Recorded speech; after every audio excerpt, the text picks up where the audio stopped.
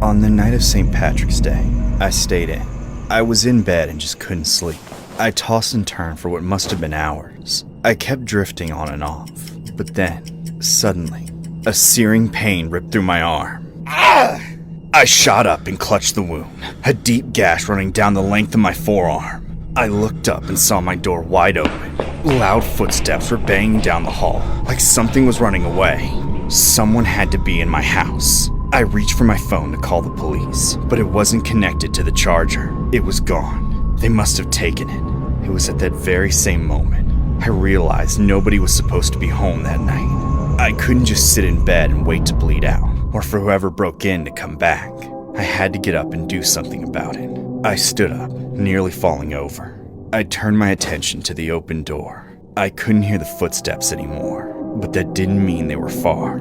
Quietly, I crept over and stopped just before going through, slowly leaning over to peek my head out into the hall. It was dark, though it seemed empty. But then, I heard this tortured sound. It was distant, but still in the house. The basement. It had to be. But what the hell was it?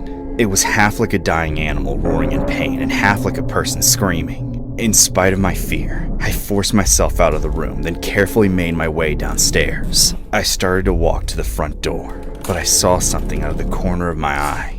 The door to the basement was open. A light down there was flickering on for just fractions of a second at a time, blinking spastically. I walked to it, found the switch, and tried to turn it off, but nothing changed. The light kept on flickering.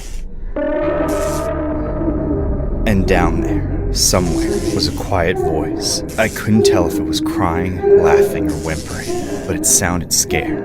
And then a thought hit me. It could be someone in my family. They could have come home early and got attacked. There was a good chance they were worse off than me. I had to go and check on them. And when I reached the bottom, I saw them. They weren't a burglar or a family member. They were something else. In the middle of the basement floor, facing away from me under the flickering light, was something I could only describe as a leprechaun.